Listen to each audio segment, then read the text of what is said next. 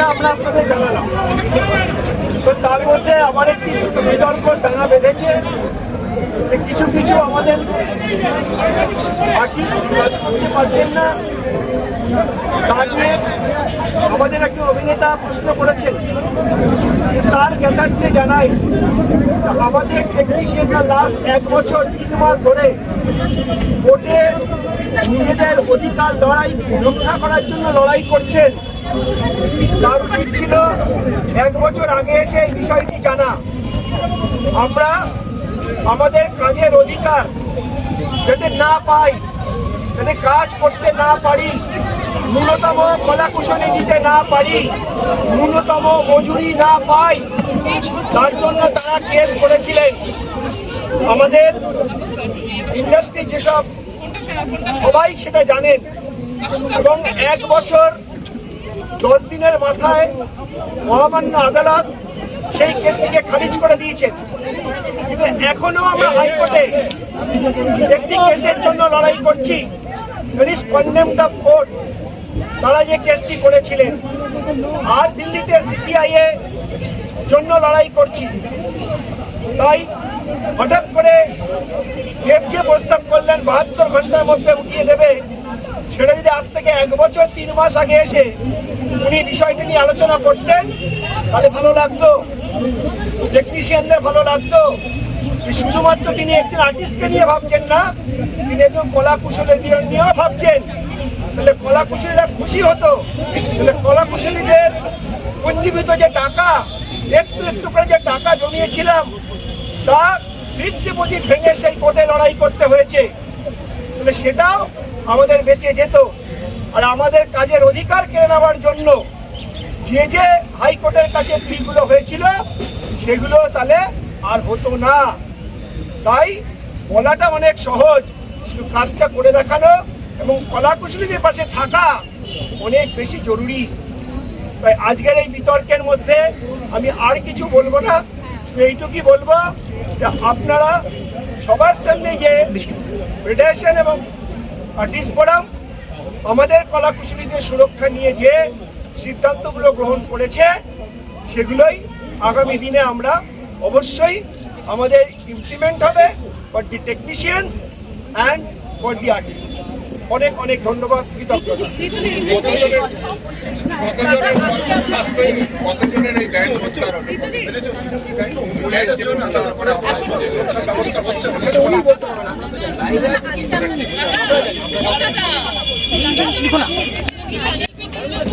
আজকে কোনো চ্যানেল কর্তৃপক্ষ আসেননি, প্রডিউসারের তরফ থেকেই, টিভি প্রডিউসারের তরফ থেকে এসেছিলেন, এবং আমাদের ইম্পার তরফ থেকে সম্মানীয় ইয়াসিন মুক্ত ম্যাডাম এসেছিলেন, এবং আমাদের প্রডিউসার সেকশনের যিনি চেয়ারম্যান ঋতব্রত ভট্টাচার্য, উনিও উপস্থিত ছিলেন।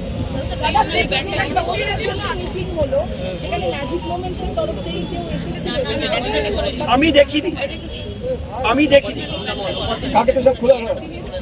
অবশ্যই আপনি বুম্বাদা বলেছে আপনাদের যে বিষয়টা নিয়ে আমরা কনসার্ন ছিলাম, সেটার আমরা 80% আজকে আমরা সম্মতি পেয়েছি। 20% কিছু টেকনিক্যাল সমস্যা আছে। এই 20% আমরা 15 দিন এবং 30 দিন সমস্যার সমাধান করব। তার জন্যই আগামীকাল থেকে আবার সবটা নর্মালাইজড হলো। এই যে বলছেন যে ম্যাজিক মোমেন্টসের সঙ্গে সহযোগিতা করবো না, সেটা কারা কারা করবে না? সমস্ত আপনার সেক্টরের সবাই, টেকনিশিয়ান মানে এটা ন্যাশনালি আমরা বয়কট করছি। মানে ওই সংস্থা কোনো জায়গায়ও কাজ করলে আমরা কেউ পার্টিসিপেট করবো না। আর্টিস্ট টেকনিশিয়ান সংস্থা করলেও সেখানে কেউ কাজ করতে যাবে, আইন দেন থাকলেও আমরা কাজ করতে যাবো। অন্য কোম্পানি খুলে উনি আছেন বিনা গঙ্গোপাধ্যায়, সেখানেও আমাদের কেউ কাজ করবে না। যেখানে থাকবে এফআইআর এ যারা সেটা কি কাল থেকে, মানে কাল থেকে আজ থেকে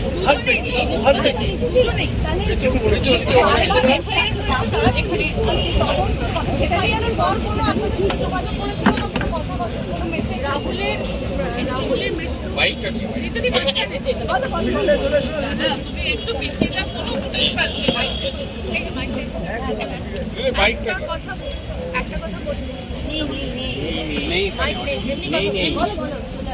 একটা কথাই বলার, সবাই তো বলেছেন বড়রা, হ্যাঁ বলছি আমি, সবাই বড়রা বলেছেন একটা কথাই, বারবার একটা কথাই বেরিয়ে আসছে সেখান থেকে যে রাহুলের মৃত্যুতে আমরা মানে আমাদের ভেতরটা পুরো ভেঙে চুরমার হয়ে গেছে। ফলে আমরা নিজেরা জানি না কীভাবে নিজেদেরকে চোখের দিকে তাকিয়ে আমরা কথা বলতেও পারছি না যে মানে এত কষ্ট হচ্ছে যে একটা ছেলে এইভাবে প্রাণ দিল অ্যাক্টিভ শুটিংয়ের মাঝখানে। এটা আমাদের কাছে সবার কাছে একটা বড় কনসার্নের জায়গায় দাঁড়িয়েছে যে সত্যি আমাদের সেফটি আর সিকিউরিটি জায়গাটা কতটা কায়েম রাখতে পারছি আমরা আমাদের শুটিং যখন অ্যাক্টিভ থাকে। তো সেইখানে আজকে প্রভূত টেলিভিশন প্রযোজকদের সাথে EIFP এর প্রযোজকের সাথে মানে ফিল্ম এবং টেলিভিশন তাদের সঙ্গে মানে বিস্তারিত আলোচনা হয়েছে এবং আমরা একটি সিদ্ধান্তে পৌঁছেছি যে ইন্স্যুরেন্স ইজ মাস্ট। মানে যে প্রত্যেকটা অ্যাক্টার্স, টেকনিশিয়ানস এবং প্রত্যেকের জন্য এবং প্রডিউসার মানে সবাই ইনক্লুডেড এর মধ্যে কোনো ভাগাভাগি নেই। তো সেই জন্য আর কিছু ম্যান্ডেটারি কম্পেনসেশনের ব্যবস্থা করা হয়েছে, যেখানে হয়তো সেটের মধ্যে যদি টেম্পোরারি কোনো হ্যাজার্ড হয় সেখানেও কিছু ম্যান্ডেটারি কম্পেনসেশন করা হবে। অনেকে হয়তো মানে মানে ফটো শর্ট টাইম কাজ করছে বা তাদের সাথে কোনো কন্ট্রাক্ট মানে এরকম যদি হয় তাহলে সেই জায়গাতেও আমরা সেখানে দেখভাল করবো তাদের, সেটাও একটা জায়গা তৈরি হয়েছে। হ্যাঁ, আর যতদিন এসওপিটা তৈরি না হচ্ছে 15 থেকে 30 দিন লাগবে সমস্ত কিছু টেকনিক্যালি ডিটেলসগুলোকে ফ্রেম ওয়ার্ক করতে উইথ লিগাল অ্যাডভাইসার। ততদিন ওই রকম রিস্কি জোনে কেউ শুটিং করবে না, কোনো রিস্ক ইনভলভ কোনো শুটিং থাকলে সেখানে কেউ শর্ট দেবে না। আপাতত এটাই নিয়োগটা করা হয়েছে। আর সত্যি কথা বলতে কি রাহুলের এই পুরো এফেক্টটা কিন্তু আমাদের কাছে একটা বড় একটা লড়াইয়ের জায়গা তৈরি করেছে এবং আমরা এই পারপাসটাকে ডিফিটেড হতে দেবো না। আমরা সবাই মিলে একটা জায়গাতেই লড়ছি, কারণ ও হয়তো আমাদের চোখে আঙুল দিয়ে দেখিয়ে দিয়েছে যে আমরা কতটা নিরাপরাধ, মানে কতটা আছে, মানে কতটা আমরা নিরাপদহীনতা আমাদের গ্রাস করেছে।